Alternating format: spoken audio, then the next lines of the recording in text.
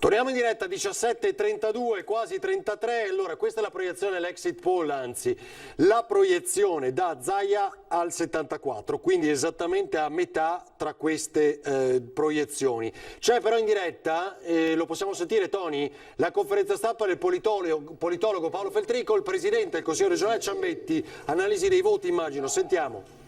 Quello di Renzi, a questo. No, così. Ecco, cioè, i referendum mettono in moto dinamiche molto curiose, molto, per cui va tenuto presente anche questa osservazione, insomma, no? I no in Veneto sono di più che in Emilia Romagna, ad esempio. Ecco, è un fatto che inatteso, vero? Mettiamola così. No, sono di più al nord che e sono di più al nord che al sud, nettamente di più al nord che al sud. Altro? Posso andare? Signori, ci vediamo dopo. Grazie. Allora, qui credo fondamentalmente appunto un'analisi soprattutto sul referendum per quanto riguarda il Presidente del Consiglio regionale. Poi Filippo, io non so se lui mi sente, riusciamo a intercettare appunto o Paolo Feltrin o Roberto Ciambetti, Filippo al volo, se riusciamo ad avere anche una loro opinione. Intanto Vitalis qui rischia davvero di finire 3-3, dicevamo, no? Poco prima della pubblicità. Quindi Toscana, Puglia, Campania, il centro-sinistra, Liguria, Veneto e Marche al centro-destra, e poi anche Crea su questo. Quindi dicevamo che politicamente la battuta era palla al centro e si ricomincia da capo, ma non mi pare neanche che siano sarebbe stato clamoroso se in Toscana avesse perso la coalizione centro-sinistra. Non c'è niente di strano che nelle Puglie ci sia alternanza come nelle Marche, sono regioni nelle quali l'alternanza capita spesso, nelle ultime 4-5 elezioni c'è sempre stata. È vero che, come si diceva prima, l'applicazione in video, l'esposizione in video è stata una cosa che ha favorito alcuni candidati, si è parlato di De Luca, si è parlato dello stesso Zaia, però io penso che Zaia avrebbe vinto ugualmente, non c'era bisogno dell'esposizione in video sistematica per il Cioè di quella conferenza stampa famosa del Covid, lei dice non ha inciso, non ha aumentato quella percentuale. Comunque perché non c'è una consistente parte avversa che possa contrastare un centrodestra nel Veneto. Piuttosto il problema del centrodestra in questo momento sarà che Zaia, così sovraesposto, provoca uno schiacciamento di tutte le altre componenti, perché sicuramente Fratelli d'Italia avrebbe pensato a un risultato superiore, sicuramente la Lega ha pensato a un risultato superiore, la presenza di Zaia non è schiacciante soltanto nei confronti dell'opposizione, del centro-sinistra, ma anche della sua stessa parte, e lì si vedrà come risolveranno i loro problemi interni, ecco, al di là della presenza così molto forte e preponderante del Presidente, il quale, come dicevo prima, avrebbe vinto comunque perché sa lavorare, cioè non è un politico improvvisato. Diciamo che allora dovessimo estremizzare, l'unico vincitore è Luca Zaia, perché il resto era ampiamente previsto, quindi a Salvini, diciamo al centrodestra, non riesce la spallata al governo, vince il sì nel referendum, finirebbe 3-3 per le regioni, e Fratelli d'Italia, che sperava, diciamo, nel risultato, quindi ridimensioniamo il centrodestra e Salvini nell'esito, però Marche vince, ma in Puglia no, probabilmente, questo dobbiamo vedere, quindi l'altro candidato di Fratelli d'Italia no, quindi c'è un ridimensionamento sia di Salvini che di Meloni, con una forte vittoria invece di Zaia. Sì, ma diciamo che dove i presidenti, al di là del colore, hanno lavorato bene, in fondo sono stati premiati. Cioè De Luca ha lavorato bene, bisogna onestamente che dopo Zaia era quello che faceva qualcosa di più. Zaia ha lavorato molto bene ed è stato molto premiato. Probabilmente Totti in Liguria ha lavorato bene e viene premiato. Probabilmente Emiliano sarà... Cioè dove i presidenti hanno fatto bene il loro mestiere, al di là, al di sopra delle parti. Crea, intanto vi dico 7 sezioni, Zaia adesso è al 79,4, Lorenzoni al 13, Cappelletti al 2,9, Sbrollini 1,2, Paolo Girotto Movimento 3V 0,9, Bartelle 0,8, Rubinato 0,7, Guadagnini 0,7, Benvenu 0,4. Di questo ragionamento che abbiamo estremizzato, cosa dice Crea? Allora, non sono d'accordo sul dato politico del referendum, nel senso che la gran parte dei partiti hanno abbandonato le linee ufficiali, salvo Movimento 5 Stelle e Fratelli d'Italia, che hanno mantenuto il sì. Quindi non darei una lettura strettamente politica a questo, perché chiaramente la presenza sul sì, sia ufficiale sia di Fratelli d'Italia che di Movimento 5 Stelle, questo non lo consentirebbe. Il no è evidentemente, quindi c'è una trasversalità del voto. Vero è, come diceva l'assessore Caner, che il dato più significativo per quanto riguarda la lettura del dato referendario è quella della volontà, del messaggio del cambiamento da parte probabilmente anche di chi è rimasto negli ultimi anni, nelle ultime tornate elettorali assente dalle urne, e che invece è tornato proprio a fornire un messaggio. Per quanto riguarda il resto, io direi che comunque anche laddove dovesse essere confermata una proiezione, un exit poll del 3-3, comunque il dato politico del centrodestra è un dato importante. Innanzitutto c'è una conferma della Liguria e del Veneto, che è chiaramente una conferma della buona amministrazione dei due governi di centrodestra. Le Marche presentavano un governatore uscente di centrosinistra, e quindi la vittoria di Acquaroli, candidato di Fratelli d'Italia, è politica certamente è altamente significativa. In Puglia il dato, chiaramente l'esito lo sapremo, è più o meno un testa a testa. Anche lì abbiamo un governatore uscente della sinistra, che è appunto il Emiliano, che come sappiamo partono evidentemente un po' avvantaggiati, però sulla Puglia c'è un dato, io direi dall'analisi che era stata fatta nel corso di questi mesi, c'è anche un dato territoriale, vorrei dire campanilistico. Se poi si andranno a leggere i dati, si vedrà che Raffaele Fitto vince in tutte le province della Puglia tranne che Bari. Fitto è un salentino, e per un radicato campanilismo in Puglia difficilmente l'elettore barese, avendo un candidato barese, vota un candidato salentino. Questo è un dato storico, e quindi probabilmente quella differenza, che non sarà una grande forbice tra Emiliano e Fitto, potrebbe essere ricondotta a una maggiore popolazione, maggiore elettorato della provincia di Bari piuttosto che delle altre province. Quindi io credo che comunque da un punto di vista politico propende favorevolmente il centrodestra. Allora qualcuno giustamente, che Tiziano Molino ci segnala che la differenza tra i più che hanno votato per il referendum rispetto a quanti hanno votato per le regionali attiene all'AIRA, quanti sono invece residenti all'estero possono votare per le politiche e il referendum ma non per le regionali, quindi in questo caso si spiegherebbe il delta di differenza. Credo che Filippo Fois sia già collegato con Paolo Feltrin. Volevo però dare un altro commento, che è quello di Pierpaolo Baretta, sottosegretario all'economia, e che ha visto gli exit poll che lo vedono sotto di 20 punti rispetto a Luigi Brugnaro, ma lo scrutinio è domani a partire dalle 9 e saremo in diretta per l'intera giornata anche domani, così come stasera, domani sera. I primi exit poll, dice Baretta, che sappiamo che vanno presi con cautela, confermano il dato politico che la partita è ancora aperta. Brugnaro, che meno di un mese fa dava a qualche giornale dati che lo vendevano oltre il 60% delle preferenze, oggi non è sicuro di vincere al primo turno, dice Pierpaolo Baretta. Filippo Fois, torniamo a Ferrofini quando sono le 17:41.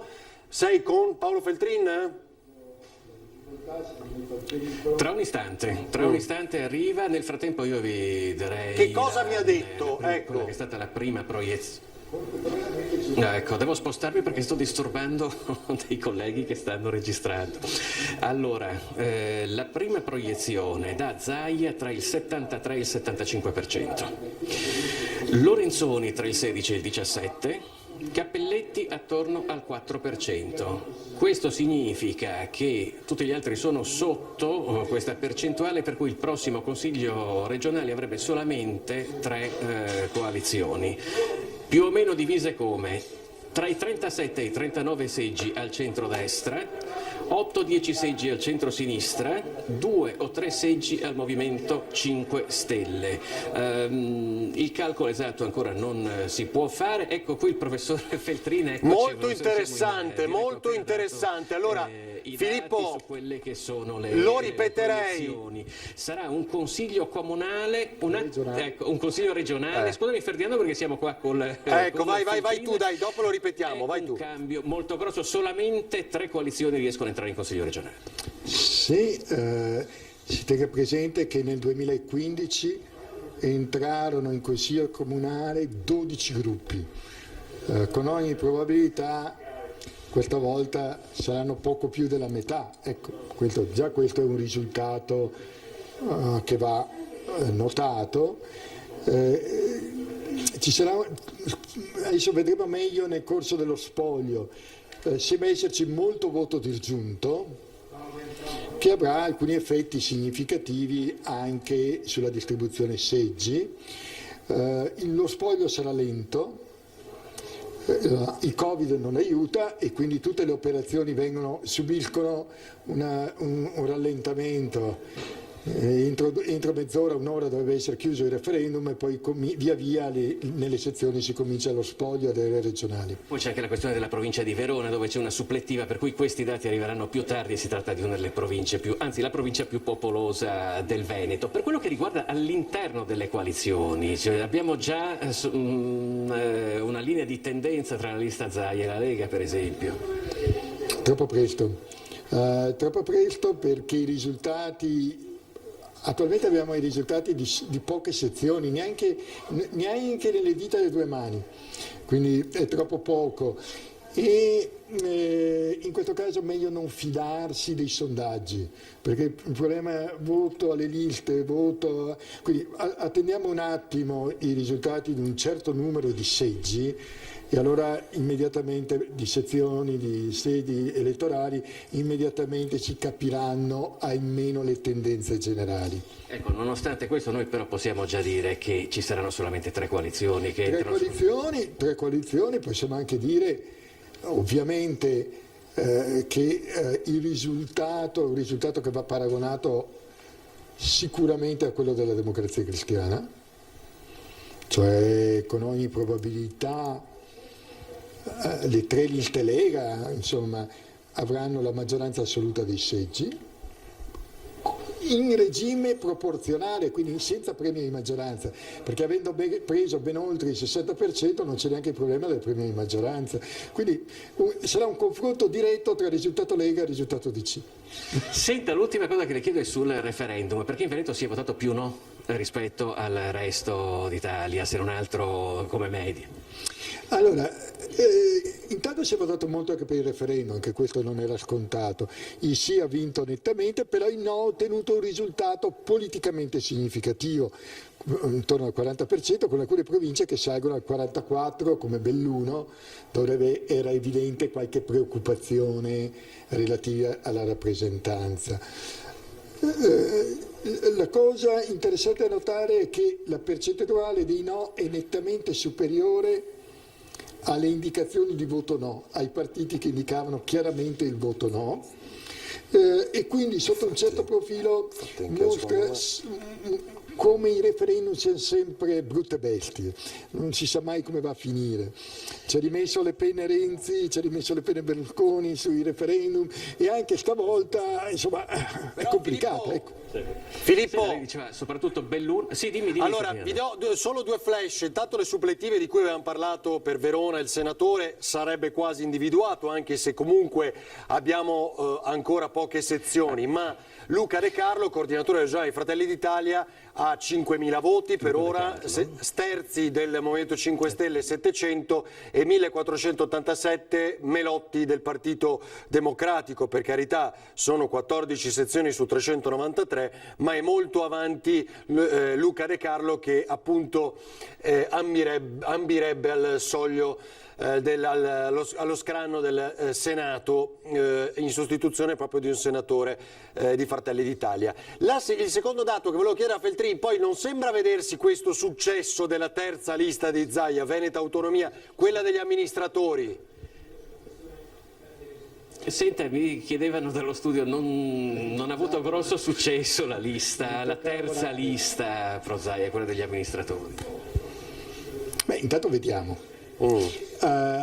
Che fosse una terza gamba inevitabilmente più esile, credo che tutti lo sapessero, cioè in questi casi il voto si è concentrato sulle tre coalizioni e all'interno delle coalizioni si concentra sulle liste principali, cioè c'è un effetto proprio concentrazione del voto.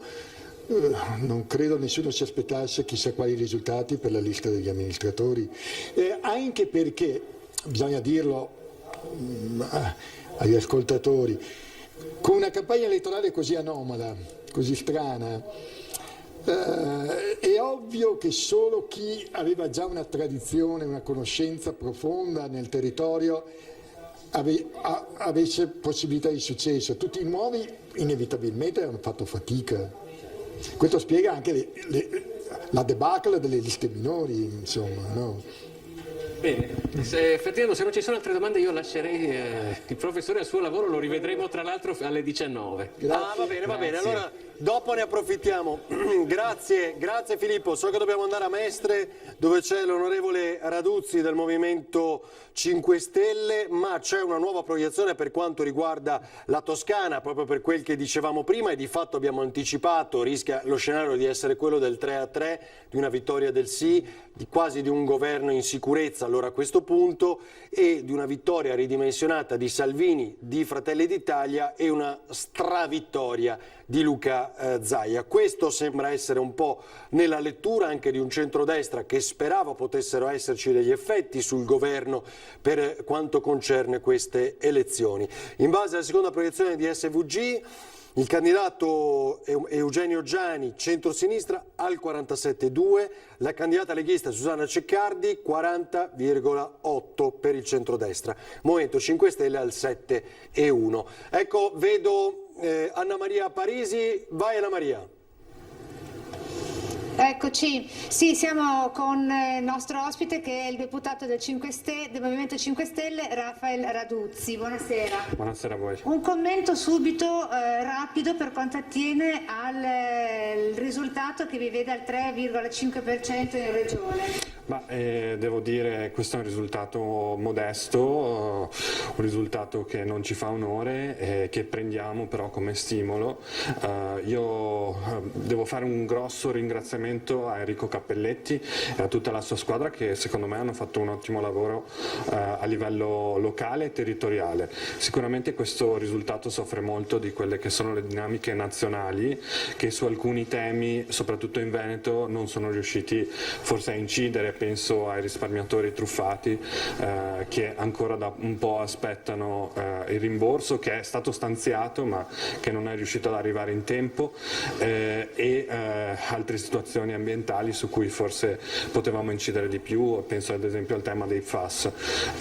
Quindi questo forse... La questione della Mitene a proposito dell'ambiente, no? Certo, ci sono un po' di questioni nazionali su cui sicuramente ha inciso questo voto e diciamo così uno spin mediatico anche molto favorevole a Zaia quando diciamo così gran parte del merito forse della gestione di questa pandemia è dovuta più all'Università di Padova e a Crisanti, a mio modo di vedere. Ecco, Zaia a proposito che con la propria lista ha ottenuto un 41%, è molto indicativo questo risultato. Sì, questo a mio avviso è una lettura molto personale del risultato che apre forse anche un po' di dibattito dentro la Lega rispetto a quella che è la leadership interna, però questi sono affari di altri, ecco, diciamo così. Giustamente. E invece invece un commento per quanto attiene alla vittoria del sì. Adesso all'atto pratico questi 100 senatori che cosa faranno? Sarà effettivamente un risparmio per l'Italia?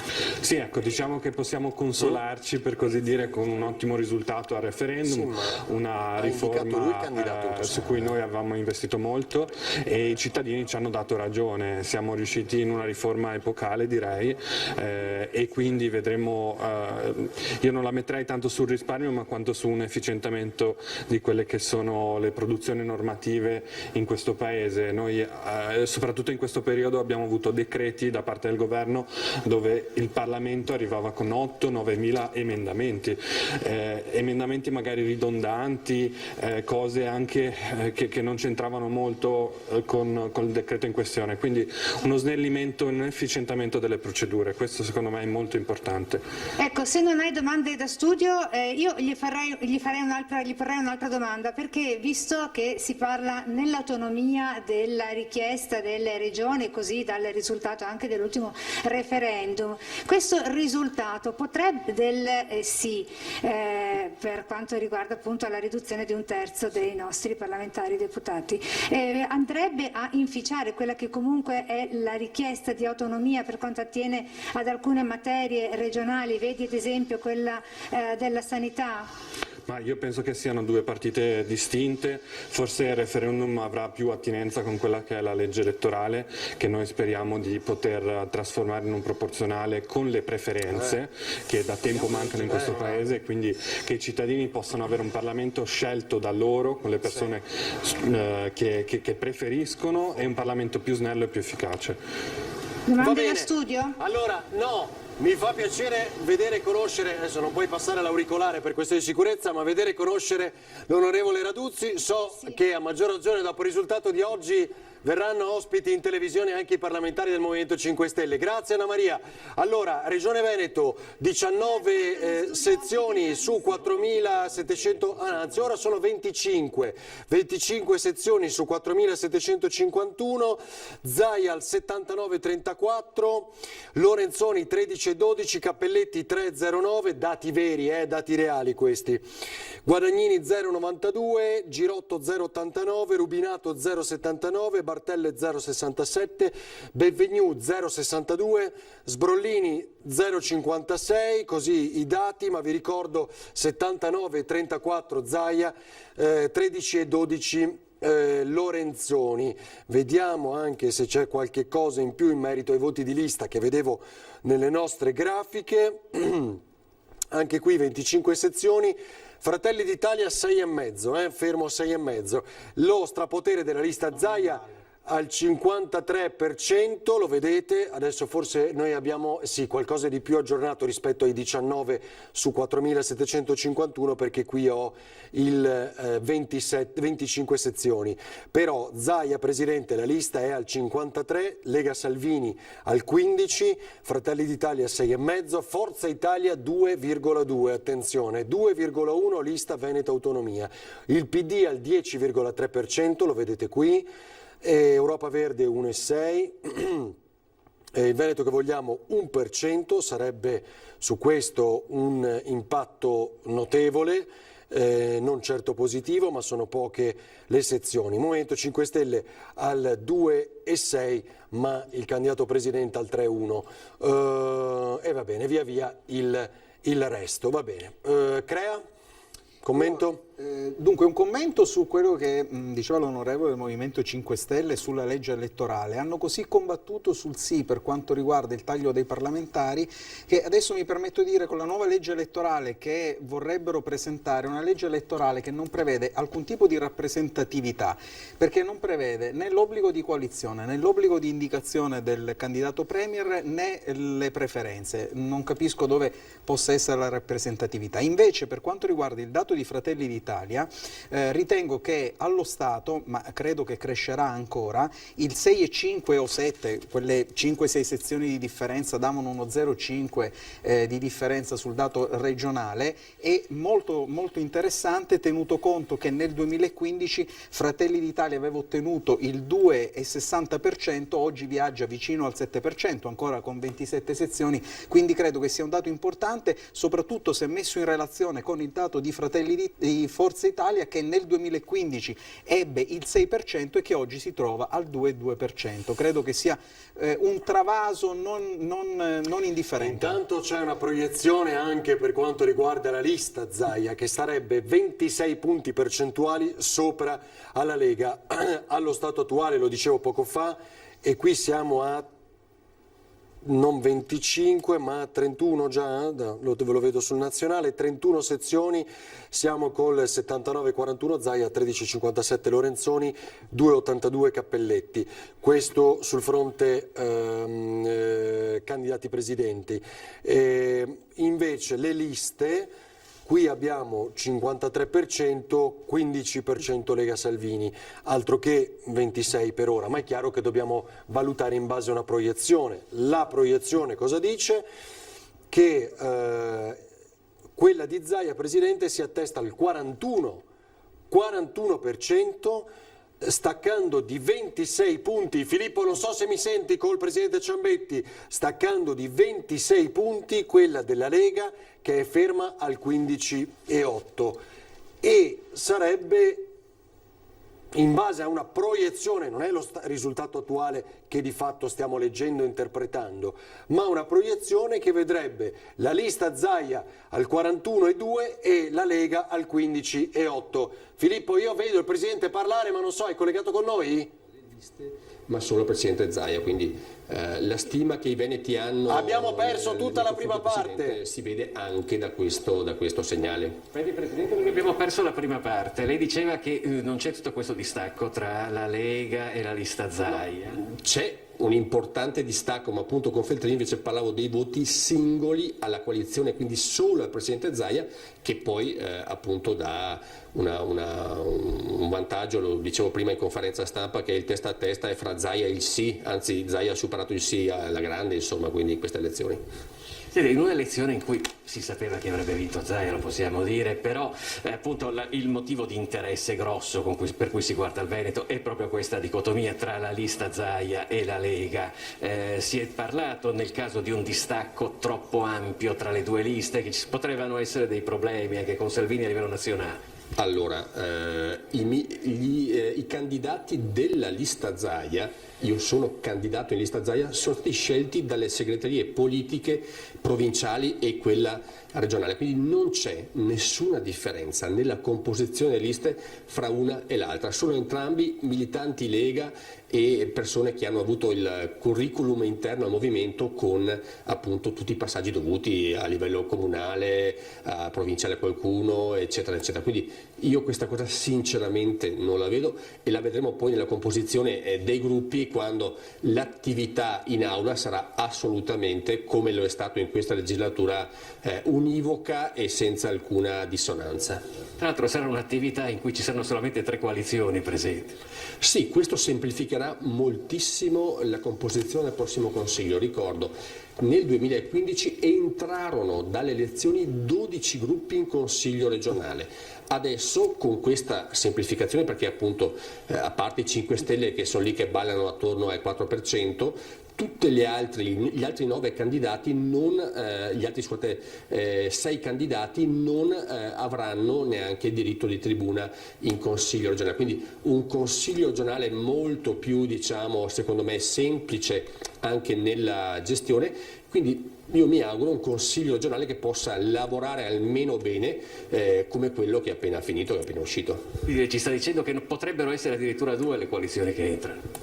No, vedevo che appunto i 5 Stelle in base ai numeri sono lì attorno al 4, cioè rischiano, più, dice. un po' meno.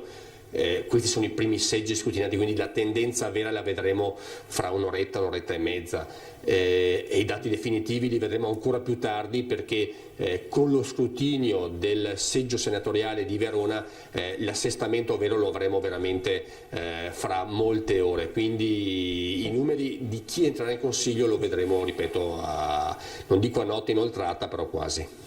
E ci sarebbe anche un dato politico, se mi permetti, Ferdinando, per quello che riguarda il referendum. In provincia di Belluno, ad esempio, il no è arrivato al 44%, credo una delle percentuali più alte d'Italia, lo stesso anche a Rovigo. Questo perché? Perché con una riduzione dei parlamentari si tratta di due province, Rovigo e Belluno, che potrebbero non avere più rappresentanza in Senato. Sì, ed è comprensibile questo, appunto io comprendo gli elettori di Rovigo e Belluno, la diminuzione di queste rappresentanze colpirà i territori diciamo meno popolati, colpirà le realtà magari periferiche rispetto ad altre, e questo per chi abita ad esempio in montagna o chi abita in realtà tipo il delta del Po, il Polesine, è sicuramente un pericolo che sentiva nella propria rappresentanza a livello parlamentare, perché poi chi fa le leggi, se non è di quel posto, magari se ne dimentica anche sulle problemi della montagna o del basso Polesine, quindi io ritengo assolutamente comprensibile il dato che è arrivato dalla provincia di Belluno.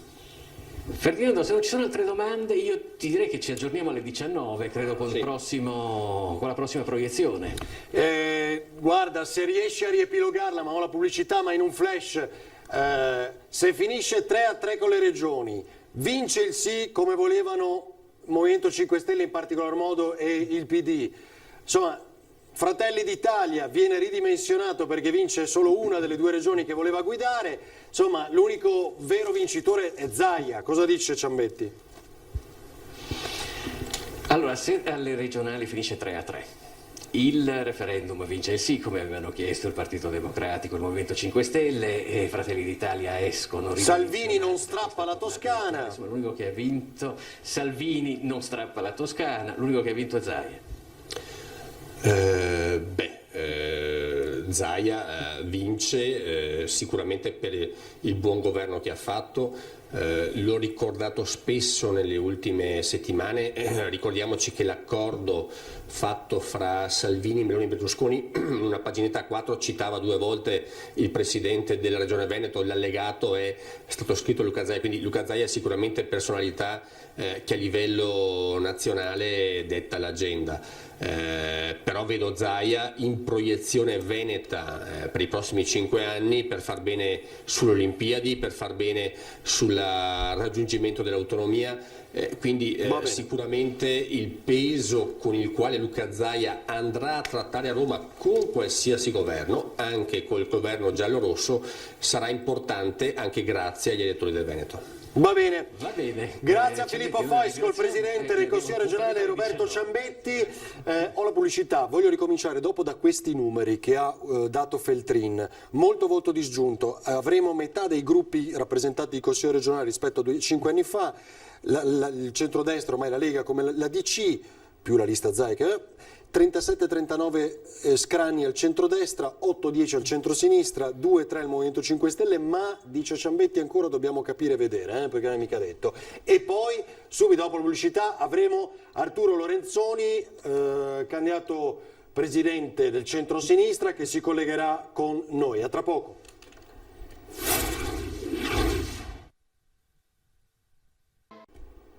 18:09, quasi 10 adesso, ancora 20 minuti insieme, poi vi ricordo i telegiornali e fino a questa notte all'1 per sapere anche chi saranno i consiglieri regionali prossimi eletti. Ma è con noi collegato, l'avevo annunciato, Arturo Lorenzoni. Buonasera a questo punto Lorenzoni. Buonasera a lei e a tutti gli ascoltatori. Do gli ultimi aggiornamenti: 54 sezioni su 4.751, 78 e 65 Zaia, 14,43 Lorenzoni, Cappelletti 2,77, Guadagnini 0,92, Girotto 0,72 e via via tutti gli altri. Allora, Lorenzoni, come commentiamo? In bulgaro o in italiano, come preferisce. Ok, questa è già una valutazione. Cosa ci dice? Ampiamente atteso? Penalizzato? Io mi auguro che alla fine il risultato sia un po' migliore di queste prime proiezioni, che probabilmente sono piccole sezioni scrutinate per prime e quindi forse sbilanciate. Indubbiamente complimenti a Luca Zaia, che ha costruito un consenso fortissimo, personale, e ne prendiamo atto. Inizia un percorso di opposizione che sarà presente e sarà costruttivo, perché io credo che abbiamo bisogno veramente di una dialettica diversa nell'ambito del Consiglio regionale. Senta Lorenzoni, non va bene il PD, 11,3%, e questo è un dato. Non sfonderebbe nemmeno la lista al Veneto che vogliamo, adesso è a 1,6, dobbiamo attendere tutto quello che lei ha detto con tutta la prudenza. Che analisi dà di questo? Ma è stata veramente una campagna elettorale difficilissima, fatta in quarantena e per me poi anche conclusa proprio in reclusione totale. Quindi è stato molto difficile riuscire a far passare un messaggio e a compattare, diciamo così, fuori di quello che è il mondo un po' degli attivisti un po' più partecipi.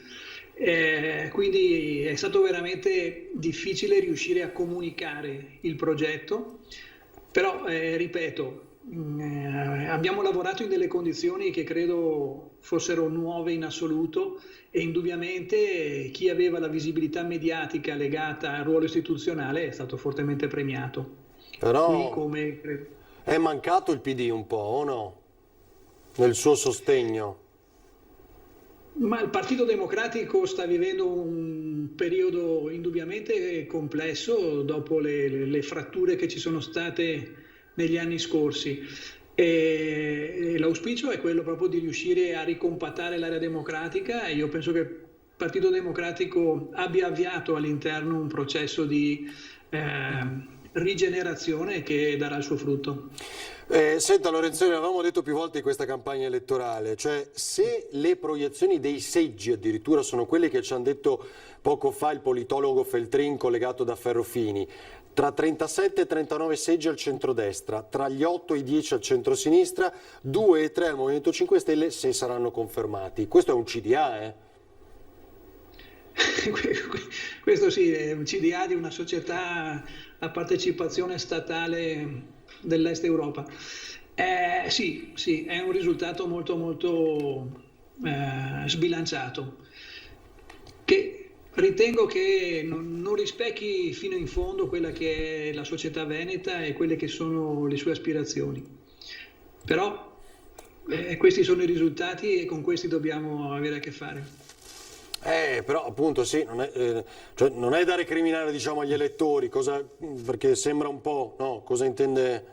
No, assolutamente, le persone naturalmente votano in base a ciò che sentono. Forse non siamo riusciti, qui forse è colpa nostra, a comunicare il valore del progetto su cui stiamo lavorando. Sapevamo che diciamo così, portare a casa il risultato nel 2020 sarebbe stato difficile, così è stato, ma ripeto, io lo vedo come l'inizio di un percorso, non come la fine di un progetto.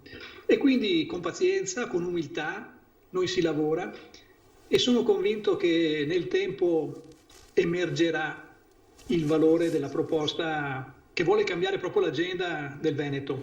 Senta, ecco Lorenzoni, noi facciamo questa analisi perché sembra finire 3-3 tra le regioni.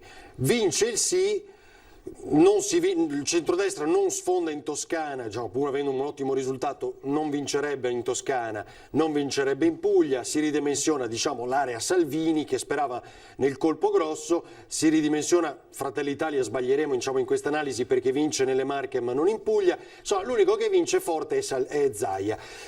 Allo stesso tempo sembrano vincere quei governatori che hanno gestito il Covid, conferenze stampa a parte.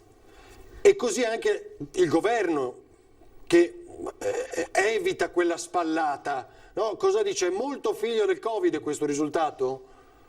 Ma certamente sì, ha condizionato in maniera determinante la campagna elettorale e anche le attitudini delle persone verso gli amministratori. Indubbiamente faceva un'analisi giusta. Tutti coloro che hanno amministrato, penso anche a De Luca in Campania, con un modo decisamente originale e particolare, però ha raccolto un forte consenso che è stato legato proprio a questa presenza mediatica. Ne eravamo consapevoli e credo però poco si potesse fare per, diciamo così, controbilanciare questa grandissima visibilità data dalla gestione della pandemia. Ha già sentito Zaia? Non ho sentito Zaia. Mi manderà un messaggino? Sì, certamente, ovviamente mi devo congratulare perché... Cosa scrive? Dai, diciamo, i complimenti li immagino, ma cosa scrive? No, beh, non anticipo, diciamo così, le cose che ci si può scambiare tra di noi. Indubbiamente, insomma, è un risultato importante e gli va riconosciuto. Senta, sarà lei capogruppo in regione? Ma di questo adesso vediamo come si comporrà il gruppo e ne parleremo.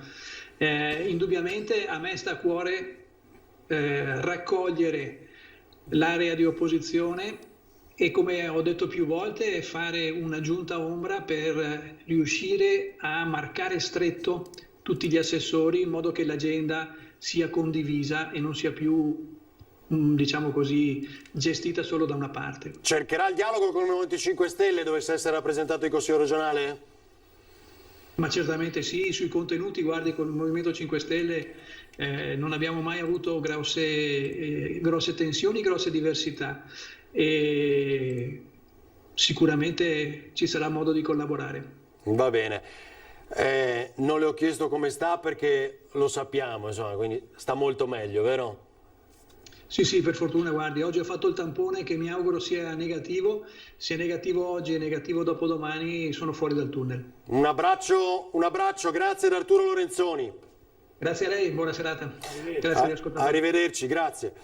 Commento Edoardo Pitalis. Allora, intanto la verità è che sono state elezioni anomale queste, sotto l'onda del Covid, con molte preoccupazioni, una delle quali era la possibilità che ci fosse scarsa affluenza ed è stata superata, però a differenza sono le elezioni più anomale nella storia repubblicana, perché è mancato il contatto con gli elettori, è mancato il comizio, è mancato quello che fa politica in piazza. Non so se questo avesse potuto avvantaggiare una o l'altra parte, però è mancata una delle componenti vere della politica e della vita dei partiti. Dopodiché il risultato di Lorenzoni è negativo, forse il più basso delle coalizioni di centrosinistra da quando si vota per il presidente diretto. Chiaramente era una specie di vittima sacrificale, Lorenzoni non aveva grandi prospettive, però penso che anche nel sacrificio qualche limite ci debba essere, per cui è stato un po' abbandonato, è stato messo un po' lasciato così. Che cosa resta? Il discorso di Feltrin che ricorda la DC, è vero, questa è una regione che vota compatta. Al tempo della Democrazia Cristiana c'erano province, tra le quali Treviso, Vicenza, il Belluno, dove il 70% dell'elettorato, 65-70% votava Democrazia Cristiana, e quindi la Lega non ha fatto altro che riprendere questa strada, sovrapporsi come una cartina al tornasole. Però in questo momento più che la Lega, non bisogna dimenticare che la Lega è nata nel Veneto, è diventata dopo anche Lega Lombarda, ma lo spunto, la capacità che ha avuto di ribellarsi, di porre dei problemi, di mettere insieme un programma, era quello Veneto. Adesso colleghiamo il capo 3. Io continuo a vedere Crea, lei si arrabbierà. Vabbè, adesso la lista Zaia presidente al 51, la Lega al 14,6. Quella differenza c'è. Adesso la chiederemo a Lorenzo Fontana, segretario della Liga Veneta, insomma, quindi sarà con noi tra pochi istanti. Fratelli d'Italia 7,5, continuano a dire non arriva in doppia cifra, non sfonda, non è quello che vi aspettavate. No, noi non ci aspettavamo che fosse, che avesse lo stesso riscontro dei sondaggi, diciamo così. Giorgia Meloni ha sempre detto dobbiamo attendere l'esito delle urne, però attenzione a un dato che è assolutamente significativo. Il dato nelle Marche è che Acquaroli vincerà probabilmente ed è un candidato alla proiezione, il 47,3 però e per non andare 37,6 invece Mangialardi. Per non andare troppo lontano, ma per rimanere in Veneto, dicevo prima che Fratelli d'Italia nel 2015 era al 2,6%, oggi supererà abbondantemente il 7%, secondo me andrà all'8%, quindi in sostanza quasi quadruplicherà quello che era il consenso elettorale del 2015, in un momento in cui la Lega dimostra la grandissima sofferenza interna nei confronti di Zaia, quindi noi andremo quasi a quadruplicare quello che è il consenso elettorale nel momento più storico in cui c'è la maggiore forza del candidato Zaia, che addirittura distrugge chiamiamolo così, poi Fontana dirà esattamente il contrario, ma è vero che c'è un brand che è Luca Zaia che diciamo assorbe e drena tutte le risorse anche all'interno della Lega. Mi viene in mente qualche giorno fa nella trasmissione in cui partecipavo che a Cittadella c'era quasi la provocazione, l'avevamo letta di Salvini che diceva deve stravincere Zaia, mi sa che l'ha preso in parola. Sì, questo sì. Vabbè, non vedo collegato, eccolo qua, Lucio, guarda che ho un minuto, Lucio, dal K3, perché poi abbiamo i telegiornali, Zaia parlerà tra poco, dai in un flash, con chi sei? Lorenzo Fontana sta portando un po'... Vai! Allora, sta portando un po' di ritardo Lorenzo Fontana, abbiamo cercato di strapparlo alle altre emittenti, però evidentemente la teniamo un po' lunga. Vediamo quanto tempo ci vuole, 2 minuti mi dicono, non so se ce la fai. Salutalo e ringrazialo, grazie. Allora, grazie a Lucio Zanato con Nicoletta Rizzetto. Noi ci dobbiamo salutare anche perché adesso ci sono i telegiornali, ci rivediamo ovviamente con gli aggiornamenti, i collegamenti, tutti i dati sempre durante i telegiornali ancora, Veneto, Venezia e Treviso, ci rivediamo subito dopo il telegiornale di Treviso, attenzione perché sta per parlare anche Luca Zaia, quindi dopo aver sentito insomma, i principali attori, adesso Arturo Lorenzoni, il governatore uscente e vittorioso Luca Zaia vincente lo sentiremo nel corso dei nostri telegiornali della straordinaria. Andremo avanti fino a questa notte, fino a scoprire ancora i consiglieri regionali, quindi ci rivediamo alle 20 dopo il telegiornale di Treviso. Grazie davvero a Edoardo Pittaris e grazie a Fabio Cera. A voi per averci seguito, tra pochissimo col telegiornale del Veneto. Arrivederci.